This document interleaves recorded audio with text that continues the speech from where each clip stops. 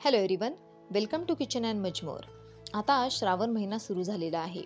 श्रावणात उपवासाचे पदार्थ, गुळाचे पदार्थ किंवा नैवेद्य बनवताना वेलचीची पूड नेहमीच उपयोगी पडते. यामुळे ऐनवेळी गडबड होऊ नये म्हणूनच आज आपण घरीच साखर न वापरता अगदी हिरवीगार, सुगंधी आणि छान चवीची अशी वेलचीची पूड बनवून ठेवणार आहोत. ही वेलची पूड वर्षभर छान टिकते. सुरुवातीला कढई चांगली गरम करून घ्यायची, त्याच्यामध्ये हिरवीगार अशी वेलची घालून घ्यायची. वेलची घेताना शक्यतो हिरवीगार, पिस्त्याच्या रंगाची आणि भरलेली अशी वेलची घ्यावी. वेलची भाजताना गॅसची आच अगदी मंद ठेवायची. जास्त आचेवर वेलची भाजली तर वेलचीचा सुगंध कमी होऊ शकतो. वेलची सतत हलवत राहायची म्हणजे ती सर्व बाजूंनी हलकीशी गरम होईल. आपल्याला वेलचीचा रंग अजिबात बदलू द्यायचा नाही. वेलचीवर हलकेसे टिपके यायला लागले आणि सुगंध यायला लागला की समजायचं वेलची भाजत आलेली आहे. वेलची फक्त पदार्थांची चव आणि सुगंध वाढवत नाही, तर ती पचनासाठी देखील उपयोगी असून तिच्यात अँटीऑक्सिडंट गुणधर्म देखील असतात. बघा, आता वेलचीवर हलकेसे टिपके देखील दिसायला लागलेले आहेत आणि मस्त हलकासा सुगंध देखील सुटलेला आहे. याचा अर्थ आपली वेलची व्यवस्थित भाजलेली आहे. वेलची मंद आचेवर छान अशी भाजून झालेली आहे. आता या प्रमाणासाठी साधारण एका जायफळामधील पाव जायफळ मी इथं घेतलेलं आहे.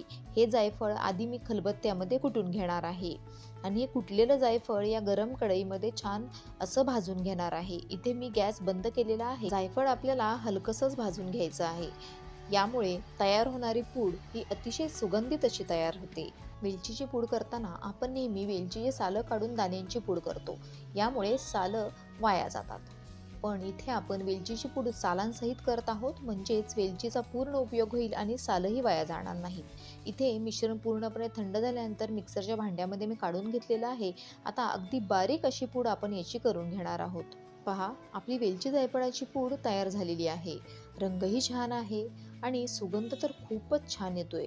पहा ना, आपण तयार केलेली ही वेलची जायफळाची पूड अतिशय बारीक आणि हिरवीगार अशी तयार झालेली आहे.